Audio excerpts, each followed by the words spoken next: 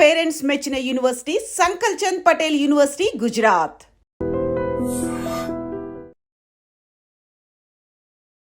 Madam నమస్తే అండి. నమస్తే అండి. సో జనరల్గా మోకాలు నొప్పుల సమస్య చాలా చిన్న వయసులోనే వస్తుంది. ఎందుకు అసలు ఈ సమస్య ఇంత చిన్న వయసులో వస్తుంది? ఇంతకుముందు మోకాలు నొప్పులు అంటే 65-70 సంవత్సరాలు దాటిన వాళ్ళలో మాత్రమే చూసేవాళ్ళం. ఇప్పుడు లేట్ 20s ఎర్లీ 30s లో కూడా మోకాలు నొప్పుల సమస్య అనేది బాగా ఎక్కువ చూస్తున్నామండి. ఒకప్పుడు ఎక్స్రేలు చూస్తే ఏజ్ చెప్పగలిగే వాళ్ళం. లక్కీగా మేము రిటైర్డ్ ప్రొఫెసర్స్ అండర్లో చదువుకున్నాము. సో వాళ్ళు ఇలా ఎక్స్రే చూడంగానే వాళ్ళ ఏజ్ కరెక్ట్గా చెప్పగలిగే వాళ్ళు. ఇప్పుడు ఎక్స్రేలు చూస్తుంటే ఎవరి ఏజ్ ఎంతో గెస్ చేయలేకపోతున్నాం. So late 20s and early 30s వాళ్ళు కూడా 60 ఏళ్ళు 70 ఏళ్ళ వాళ్ళ ఎక్స్రేల్ లాగా అరిగిపోతున్నాయండి. ఇంటెన్సిటీ అలా ఉంది, చాలా సివియర్ గా ఉంది. దీనికి కారణాలు అంటే లైఫ్ స్టైల్ చేంజెస్ అని చెప్పుకోవచ్చు అండి. చిన్న ఏజ్ నుంచి ఆటలు లేకపోవడం, జాబ్ నేచర్, కంటిన్యూస్ గా స్టాండింగ్ కానీ సిట్టింగ్ కానీ జాబ్స్ లో ఉండడము, ప్లస్ ఇంకొకటి బోన్ చేసేటప్పుడు డైనింగ్ టేబుల్స్ మీద కూర్చొని తినడము. ఒకప్పుడు ఫ్యామిలీ అందరూ కింద కూర్చొని పీటల మీద చేపల మీద తినేవాళ్ళు. ఇప్పుడు అందరూ డైనింగ్ టేబుల్స్ మీదే. ప్లస్ ఇంకొకటి టాయిలెట్స్. ఒకప్పుడు ఇండియన్ టాయిలెట్స్ ఉండేవి, కంప్లీట్ గా మోకాళ్ళ యూసేజ్ కంప్లీట్ గా ఫోల్డ్ చేసి అట్లీస్ట్ రోజులో కనీసం ఒక 5-6 సార్లన్నా కంపల్సరీగా మోకాలు కంప్లీట్ గా యూజ్ చేసేవాళ్ళం. ఇప్పుడు అన్ని వెస్ట్రన్ టాయిలెట్స్ అయిపోయాయి, డైనింగ్ టేబుల్ మీద డిన్నర్ అయిపోయింది, ఆటలు తగ్గిపోయాయి, స్కూల్స్ లో గ్రౌండ్స్ ఉండటం లేదు, మొత్తం సెడెంటరీ మొత్తం. సో మోస్ట్లీ ఈ లైఫ్ స్టైల్ చేంజెస్ వల్ల ఇవి చాలా ఎక్కువగా చూస్తున్నాం. చాలా చిన్న వయసులోనే మోకాలు అరిగిపోతుంది. ఏదైనా డెఫిషియన్సీ వల్ల కూడా ఈ మోకాలు నొప్పులు వస్తాయా? యూజువల్లీ కాల్షియం డెఫిషియన్సీ వల్ల బోన్స్ తొందరగా అరిగిపోతాయండి. బోన్స్ లో ఉండే ప్రాబ్లం కంటే ఈ మోకాళ్ళ నొప్పులు రావటానికి ప్రముఖ కారణం మజిల్ వీక్నెస్ అండి. ఇప్పుడు స్కెలిటన్ స్ట్రక్చర్ అనేది ఇప్పుడు 2 బోన్స్ ఇలా ఉన్నాయి అంటే 2 బోన్స్ ని ఆ ప్లేస్ లో పట్టు ఉంచేవి మజిల్స్. సో మజిల్స్ ఎప్పుడైతే వీక్ అవడం స్టార్ట్ అవుతాయో, సో మజిల్స్ కి మనం ఎప్పుడైతే కంప్లీట్ గా వర్క్ ఉండదో అవి స్లోగా పట్టొదిలేస్తూ ఉంటాయి. సో మజిల్స్ ఎప్పుడైతే పట్టొదిలేస్తాయో బోన్స్ అనేవి దగ్గరకు వస్తాయి. సో అప్పుడు ఒకదాని మీద ఒకటి ఇలా దూరంగా ఉండి కదలాల్సిన జాయింట్ బోన్స్ దగ్గరకు వచ్చేసరికి ఒకదానికి ఒకటి రాసుకొని మనకి విపరీతమైన నొప్పులు అనేవి వస్తూ ఉంటాయి జాయింట్స్. మోకాలు నొప్పులు ఉన్న వాళ్ళు కొందరేమో వాక్ చేస్తే మోకాలు నొప్పులు కంట్రోల్లో ఉంటాయి, తగ్గిపోతాయి అంటారు. కానీ కొందరు ఏమంటారంటే మేము వాక్ చేస్తున్నాము మాకు మోకాలు నొప్పులు ఎక్కువయ్యాయి అంటారు. అది ఎలాగా అంటే ఇప్పుడు మోకాళ్ళ నొప్పులకి రకరకాల కారణాలు ఉంటాయండి. సే ఫర్ ఎగ్జాంపుల్ అంటే జనరల్ గా మోకాలు అరిగిపోయినాయి అంటాం కదా, అంటే ఆస్టియోఆర్థరైటిస్ అంటాం. అలా కాకుండా ఏదైనా వేరే రీజన్ వల్ల మీకు జాయింట్ లో పెయిన్స్ ఉండి, say for example rheumatoid arthritis గానీ లేదా ఇంకేదైనా సమస్య వల్ల కీళ్ళ నొప్పులు ఉంటే అలాంటి కండిషన్స్ లో వాకింగ్ చేస్తే నొప్పులు ఎక్కువ అయ్యే ఛాన్సెస్ ఉంటాయి. బట్ రెగ్యులర్ దీంట్లో మాత్రము వాకింగ్ చేస్తూనే ఉండాలి.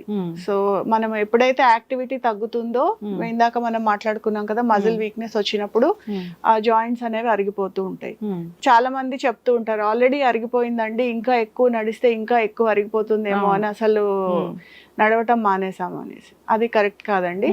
ఎంత యాక్టివ్ లో ఉంటే మనం జాయింట్ ని అంతా కాపాడుకోవచ్చు. అయితే ఎంతసేపు వాక్ చేయాలి? యూజువల్లీ అండి ఏ ఏజ్ గ్రూప్ అయినా 40 minutes వాక్ అనేది కంపల్సరీ అండి ఎవరికైనా కూడా.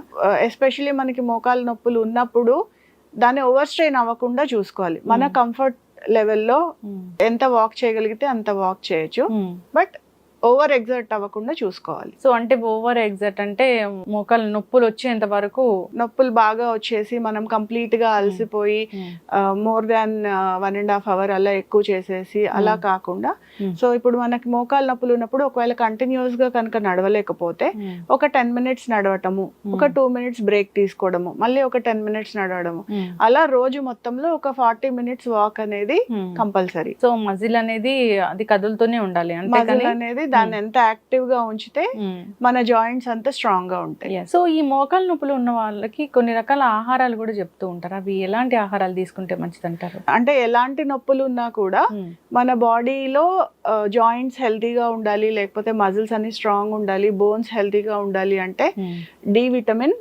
Calcium, and vitamin C. So ఇవి 3 చాలా ఇంపార్టెంట్ అండి. మనకి వైటమిన్ డి ఎండ నుంచి వస్తుంది. ఇప్పుడు మనము అన్ని కంప్లీట్ గా ఏసీలో ఉండటము, అస్సలు సూర్యరశ్మి మన బాడీకి తగలకపోవడం వల్ల కూడా వైటమిన్ డి డెఫిషియన్సీ చాలా ఎక్కువగా చూస్తున్నాం. సో ఇంకొకటి కాల్షియం. సో కాల్షియం మన బోన్స్ అబ్జర్వ్ అవ్వాలి అంటే దానికి వైటమిన్ సి, డి విటమిన్ ఉండాలి. సో ఈ 3 ఉంటే కనుక ఈ జాయింట్ హెల్త్ అనేది మనకి బాగుంటుంది. సో కొంచెం కాల్షియం రిచ్ ఉన్న ఫుడ్ తీసుకోవడం, అంటే మిల్క్ ప్రోడక్ట్స్ కానీ ఆకుకూరలు ఇలాంటివి తీసుకోవడము, కొంచెం వైటమిన్ సి రిచ్ ఉన్నవి ఫుడ్స్ తీసుకోవడము, కొంచెం సేపు ఎండలో ఉండడము.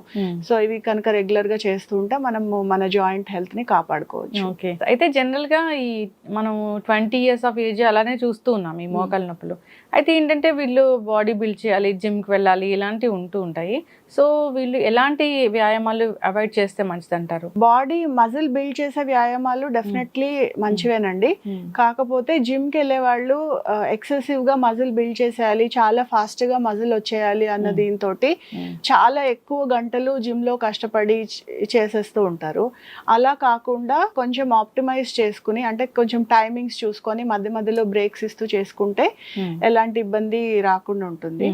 మోకాలు నొప్పులు సాధారణంగా రాకుండా ఉండాలి, మనం అవాయిడ్ చేయాలంటే ఎక్కువగా స్టేర్స్ ఎక్కడం అవాయిడ్ చేస్తే మోకాళ్ళని మనం ప్రొటెక్ట్ చేసుకోవచ్చు. మెట్లు ఎక్కకుండా ఉండాలి. మెట్లు అంటే అస్సలు ఎక్కొద్దని కాదు, మనము కొంతమందిని చూస్తుంటాం మెట్లు ఎక్కొద్దన్నారు కదా అని కనీసం 3 మెట్లు 4 మెట్లు ఉంటే కూడా ఎక్కడం మానేస్తూ ఉంటారు. అలా కాదండి, కంటిన్యూస్ గా 4 ఫ్లోర్లు 5 ఫ్లోర్లు అలాంటి ఎక్కాల్సి వస్తే, ఇప్పుడు కొంతమంది బయట చూస్తూ ఉంటారు కదా, వెయిట్ వాచ్ చేసుకునే వాళ్ళు లిఫ్ట్ అవాయిడ్ చేసి కంటిన్యూస్ గా మెట్లు ఎక్కేయడము అలాంటివి. So more than 4 floors 5 floors ఉంటే కనుక కొంచెం మెట్లు ఎక్కడం అనేది అవాయిడ్ చేసి మోకాళ్ళని మనం ప్రొటెక్ట్ చేసుకోవచ్చు. ఏదైనా వ్యాయామాలు ఉన్నాయా, ఏదైనా కొంచెం ఆసనాస్ లాంటివి ఏమైనా ఉన్నాయి మోకాళ్ళ నొప్పులు తగ్గించుకోవడానికి? మోకాళ్ళ నొప్పులకి చాలా సర్ప్రైజింగ్ గా చాలా చిన్న చిన్న వ్యాయామాలతోటి మనము బాగా వాటిని కంట్రోల్ చేసుకోవచ్చు అండి. ఏ వయసు వాళ్ళైనా చేసుకోవచ్చు. చూడ్డానికి చాలా సింపుల్ గా చాలా చిన్న వ్యాయామాల్లో కనిపిస్తాయి, కానీ చాలా ఎఫెక్టివ్ గా మనం మోకాళ్ళ నొప్పుల్ని ప్రొటెక్ట్ చేసుకోవచ్చు. ఇలా ఒక టవల్ గానీ బెడ్షీట్ గానీ ఏదైనా ఈ మాత్రం మందంలో రోల్ చేసుకోవాలండి. రోల్ చేసుకుని ఇలా మనం మోకాలు కింద పెట్టాలి, కరెక్ట్ గా మోకాలు కింద పెట్టాలి. ఈ ఎక్సర్సైజ్ చేసేటప్పుడు గుర్తుంచుకోవాల్సిన ముఖ్యమైన విషయము, మన బ్యాక్ అనేది స్ట్రైట్ గా ఉండాలండి. సో ఇలా ఏదైనా ఒక గోడకి కానీ, ఒకవేళ మీరు కింద కూర్చోలేకపోతే మంచం మీద కూర్చున్న మంచానికి ఇలా బ్యాక్ స్ట్రైట్ గా పెట్టి మోకాలు కింద ఈ టవల్ని కానీ బెడ్షీట్ని కానీ పెట్టి మన మోకాలతోటి గట్టిగా ఇలా టవల్ని ప్రెస్ చేయాలి. ప్రెస్ చేసినప్పుడు పాదం మన వైపు కనుక్కోవాలి. ఓకేనండి, ఇలా గట్టిగా ప్రెస్ చేసి ఒక 10 seconds దీన్ని హోల్డ్ చేయాలి. 10 seconds హోల్డ్ చేసి రిలీజ్ చేయాలి.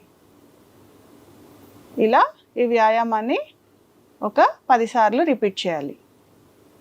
ఒక కాలు అయిపోయిన తర్వాత రెండో కాలు కింద కూడా ఈ టవల్ని పెట్టుకొని మోకాలతోటి, రెండో కాలు కింద కూడా ఈ టవల్ని పెట్టుకొని మోకాలతోటి గట్టిగా ప్రెస్ చేసినప్పుడు చూడండి పాదం మన వైపుకి లాక్కోవాలి.